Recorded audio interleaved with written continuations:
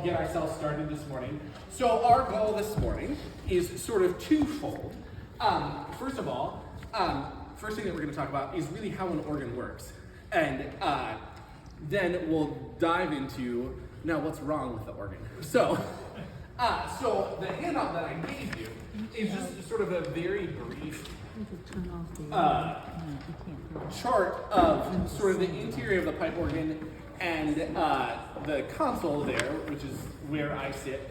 It's not an exact replica of what we have, but it gives you a good sense of what's there, and the bits and pieces and parts of an organ. One of the things that many people have asked me through this process is, well, the organ sounds good, what's the problem?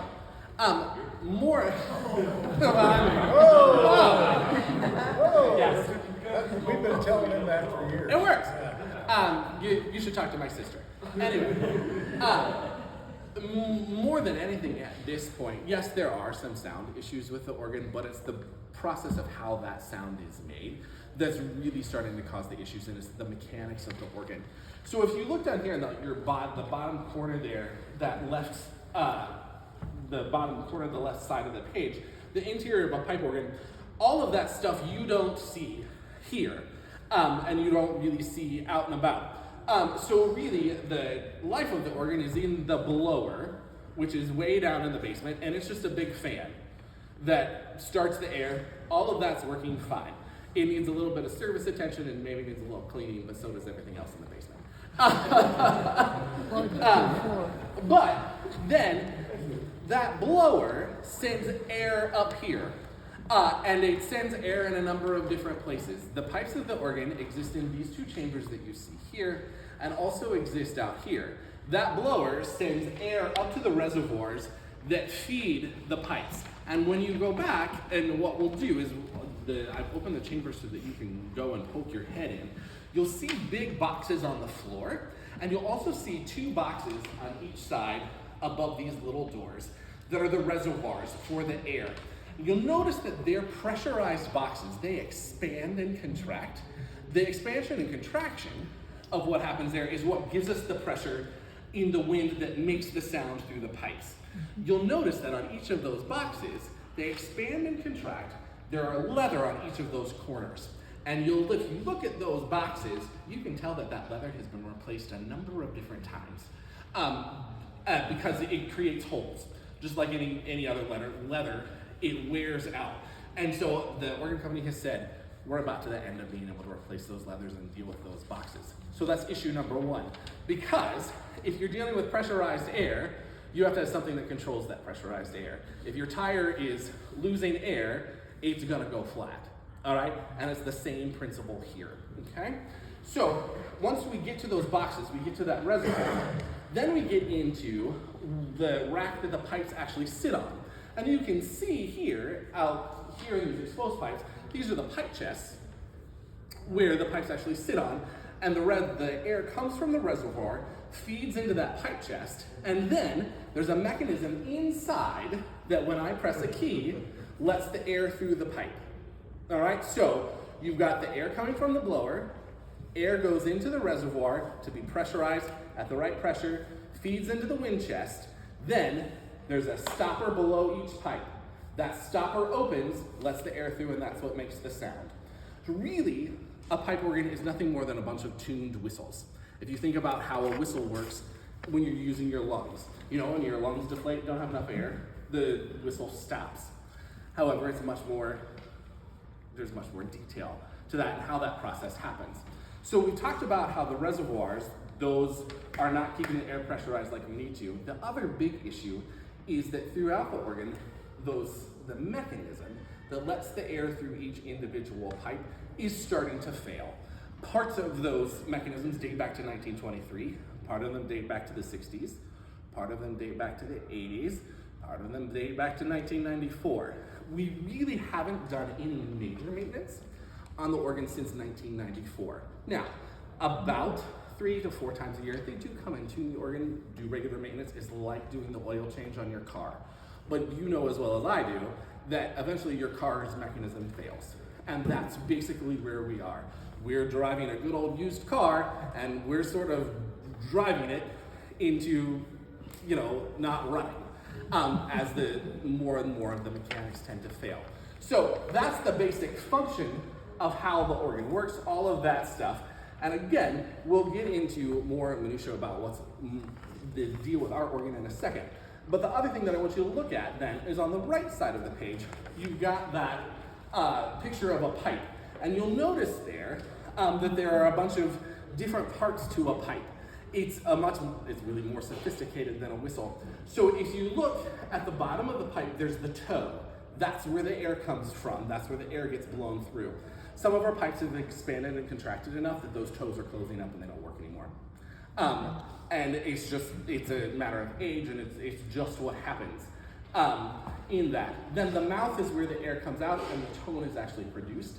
The length of the pipe is what controls the pitch. All right, and you'll notice that each of these pipes out here has a cap on the top. That cap is how the pipe is tuned.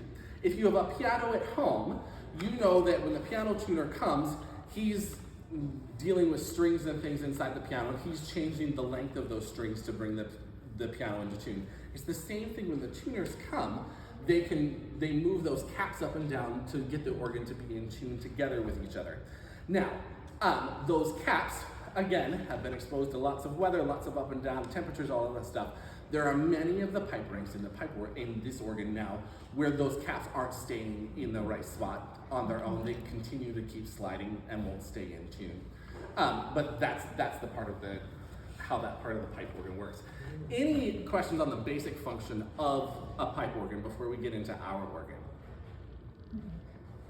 Great. So now I'm coming over to the console, and the first thing I want you to notice is what you hear when I turn the organ on.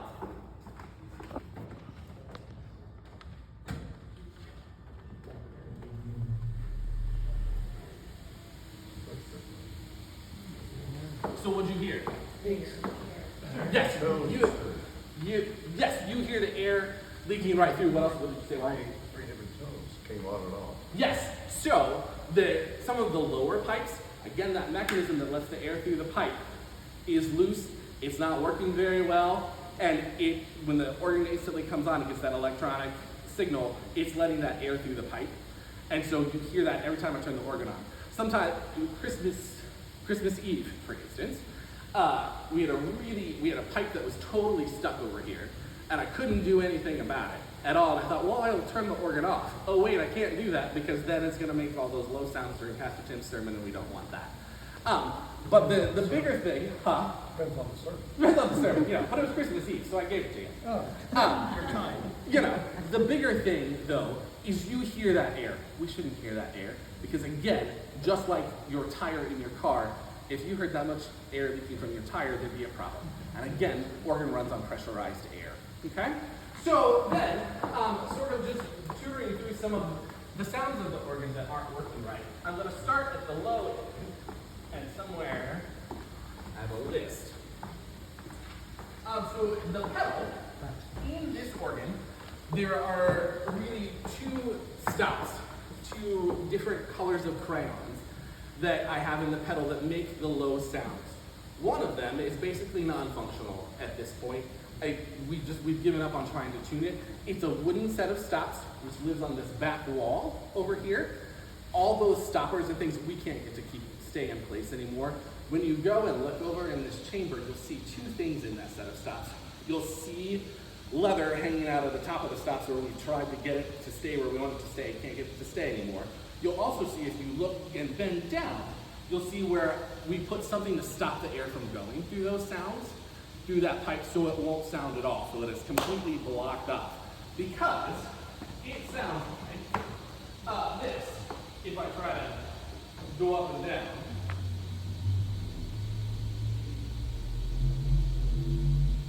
And if I try to use it for something else,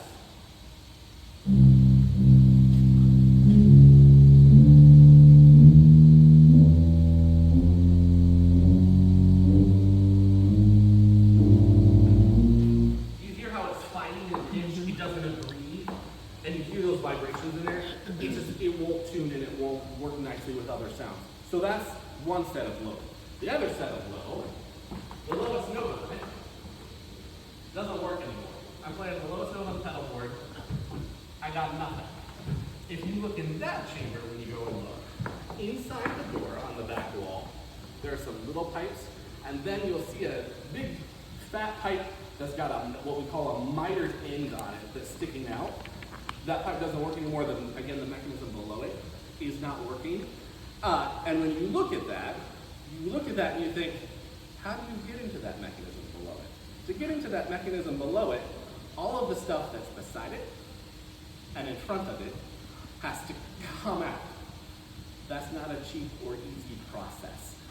But again, that's also one of the issues as the organ has built and expanded over time. Being able to service the organ and get around is not very easy. And I find that as I am aging, it's harder and harder to climb around in there. Now, I know that I'm not a small person, but it's not easy to get around and deal with the mechanical issues that are in there. So, then, sort of in this low rank of pipes that is working, again, just listening as I go up the pedal board.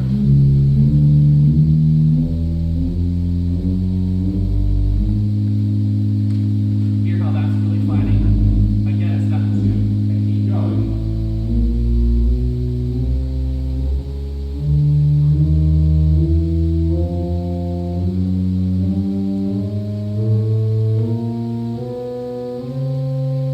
That one's real pretty, isn't it? Again, it's just not staying in tune anymore.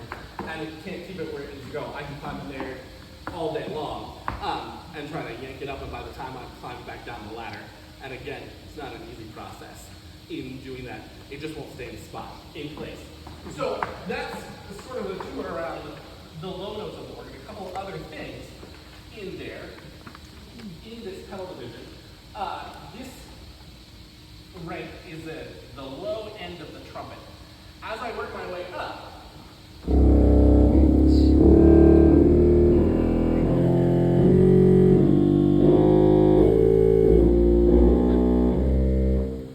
notice the tone's not even.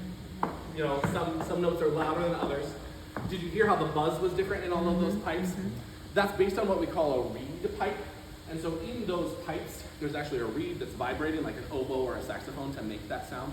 Those reed regulators are shot. They've just said, we can't do much with them anymore. We need to go in and replace them and clean them, make them all work a little bit better. But again, you've got that unevenness of tone. Then, one last tour here in the low division of the organ. This is supposed to be the lowest note on the organ. Again, not sounding. And it's not going to work at all today. So I'm going all the way up the keyboard. We're finding the first sound that works in this range of pipes. This, if you're at all familiar with the musical staff, that's the C that lives in the middle of the bass staff. All of those notes before it aren't working. They're all dead inside the chamber. And that's the mechanism where the air goes through the pipe, not working at all. Okay? So that's sort of, again, a brief tour through the low tones of the organ. If we sort of journey out here, again, I'm going to do that same experiment that I did before. I'm just going to work my way up the pipes.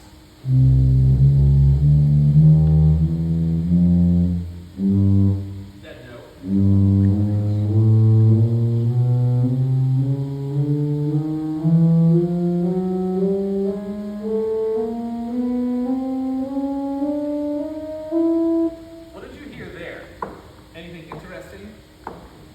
What about the sound? Did you notice what happened as I went up the keyboard? Got better. Huh? What'd you say? It got less air. I mean, it was a better. Yes, breathy. Yes, the further up I went, the more pure the tone was. But the other thing, I want you to hear what happens as I work my way up the keyboard, how the sound goes between the two sides. Oh.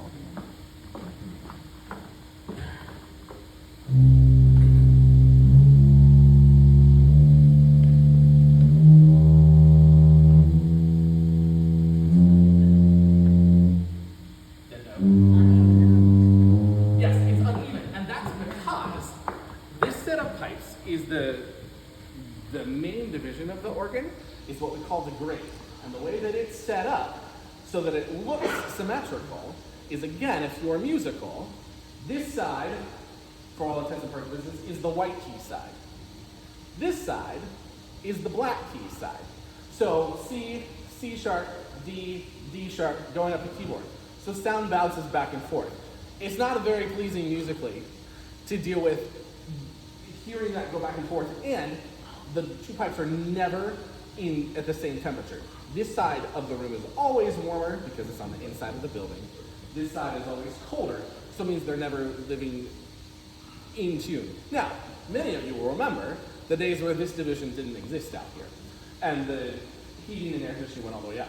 The reason they put this in here was to help the congregational singing, because the organ basically spoke into here before it bounced out to here. The goal in this was bringing the sound to go out. Well, the sound goes out, but it's not an even sound, and it's not an easy sound to deal with as you're playing. When I was a student at Capitol, we did all of our recitals and things here, and it's a very different experience to play in the center when the organ's out in what we call recital position than when it is over here, because everything's always louder here compared to what's coming out of here. And it's a design flaw. The reason that it's done that way is so that it looks pleasing. It has nothing to do with the musical sound. So that's the big deal there, and our goal is to give that some more unified purpose. So that you know, in the proposal from the organ committee, from the organ builder that we have chosen, and again, it's just a proposal, there are many things that we still need to talk about in the process, is that we will make it so that each side still looks symmetrical, but it won't have that going back and forth sort of sound idea. And the exposed pipes will be in front of the grill work and build out just a little bit more so that there's room for those pipes to speak out that way. So the side will be open. Many people think that the grates that are above the pulpit and above the lectern are part of the organ. They're not. That's part of the HVAC system. There's actually a wall right there, so the organ doesn't speak out that way. Okay? Just a couple other things sort of touring through the organ in terms of sound. In this morning's prelude, for instance, if you were here at the 8 o'clock service, the first part of the prelude uses the big trumpet that's sitting behind the dart ball team back there. So just don't jump.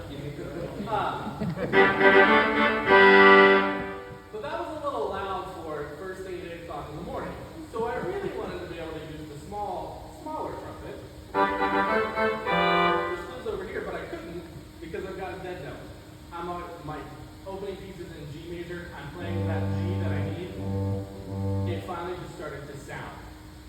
I'm holding the key. The note might start to sound or it might not. I can't get it to do it now. So I couldn't. Oh, see, there it goes. But it's one of those things where you just don't know what you're going to get. So couldn't use it. So I go with the big trumpet, and what I did, if you turn around there, I closed the box to make it work. So you hear how it's quieter because I closed the box. Louder. So on and so forth. Those shutters that you see also have a tendency to sometimes not work like they're supposed to. Sometimes they get stuck, and there's a motor that runs on them that I have to go in and tweak and move the thing, so the software in my office part of control there too. A couple more things in terms of the sound. And I'm not accusing anybody, I'm not blaming anybody, but we had some very enthusiastic BBS decorators who wanted to hang some things from the pipes. Well, when that area gets disturbed by BBS decorators or other things or weather things, this happens. Hear how those two sounds are not in agreement? So they're very temperamental, and that's one of the disadvantages of sort of this exposed pipe work is they're, BBS decorators in general, bats, flies, whatever, can cause those issues with what's exposed. You'll also notice, and one of the big things that the organ company is concerned about, we were talking about beforehand, is you'll notice how these pipes are starting to lean. They've been up here a while. We've got to do something to secure them because I don't want the bases knocked out by these tall pipes falling over. And as you look in the chambers, you'll see a number of pipes that are leaning, that are either all the way off where the air comes through them and the air won't come through them anymore, It's just they need what we call re-racking, and they need something that's going to re-stabilize them through a process. Other sound sorts of things. This stop that I just put down is called a zimbalster. You'll notice it's not doing anything. It should be a little set of bells. It's a little tinkly set of bells that we often use at Christmas. When I was in Budapest, Hungary, I got to play, no, not Budapest, when I was in Salzburg, I got to play the organ in the Salzburg Cathedral, and the organist there drew the stop and said, Christmas! And it's a little set of sleigh bells. Ours is non-functional. It lives over here. We use it a lot at Christmas or things that are exciting. Completely dead. Won't work at all. Other things sound-wise, I'm going to have to wrap it up and take your questions. A couple of other things just with the console itself. Inside the organ, there's a memory system, just like you use on your car radio stations. And so, I can call up different sounds right away that I've preset so the service goes smoothly and things. That system's starting to fail. Sometimes it won't work at all. Sometimes those buttons, the stops will come down. Sometimes more than I set will come down. That happened to me this morning. Yesterday when I was practicing, some of those stops came up on their own. Our organ is a little different than the diagram that you see there. There they have stops that they pull out. Ours has stop tabs that you push down. They get pushed down. There's a pressurization deal in the console that keeps them down. That's starting to fail, and so on this ending set of stops over here, it starts to lift, and so then that sound disappears surprisingly while I'm playing, which is not a great surprise. I can't get it to duplicate it this morning, but it's happened to me a couple of times this week. Other things within the console itself, the pedal board is really, really noisy. It's just the contacts and the mechanics that the pedal board's coming down through, and the keys are starting to clack and things are starting to get loose. There needs to be a maintenance overhaul and things there as well. So we are getting to sort of the witching hour. So what I want you to be able to do is I want you to be able to look in each of the chambers and see what's there. Again, look for leaning pipes. Look for pipes that are blocked off.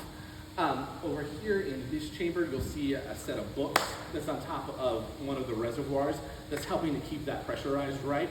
Otherwise, sometimes when the motor comes on, it doesn't stay pressurized, and it's got enough of a hole in it when that pressure's not right that the hole actually lets enough air through that it makes a sound. You think it's a pipe that's making a sound.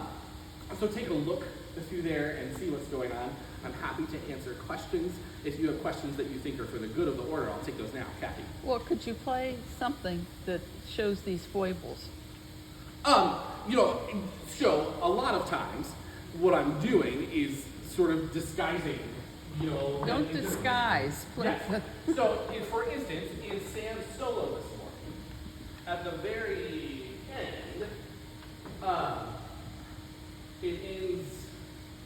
No, what was it? It was something else. Oh, it's a communion voluntary. So it ends something like this.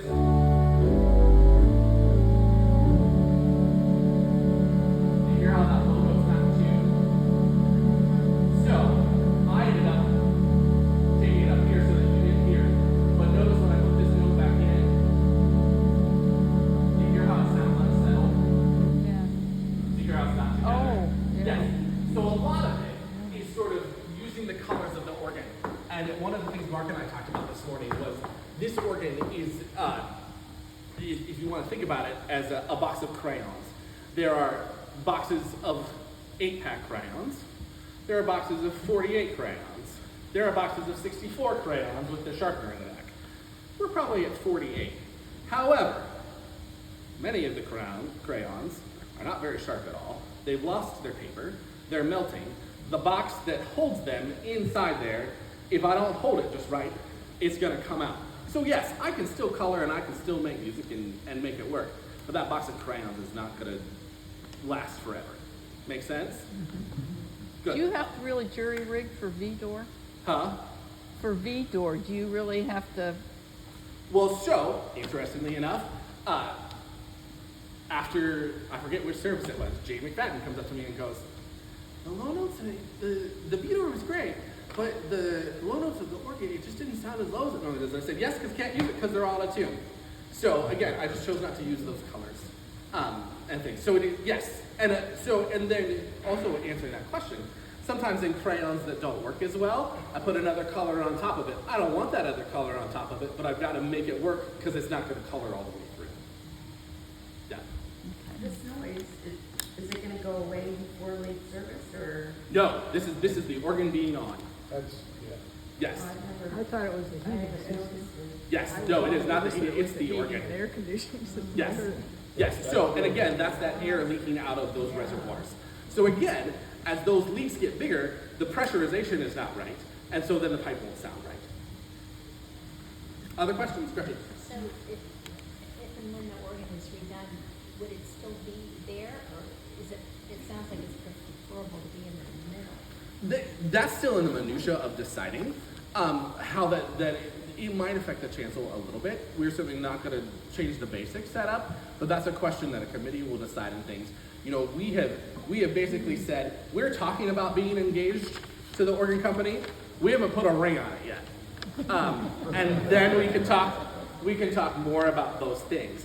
But it's sort of, we're not going to plan the wedding until we're engaged. Jack, may I go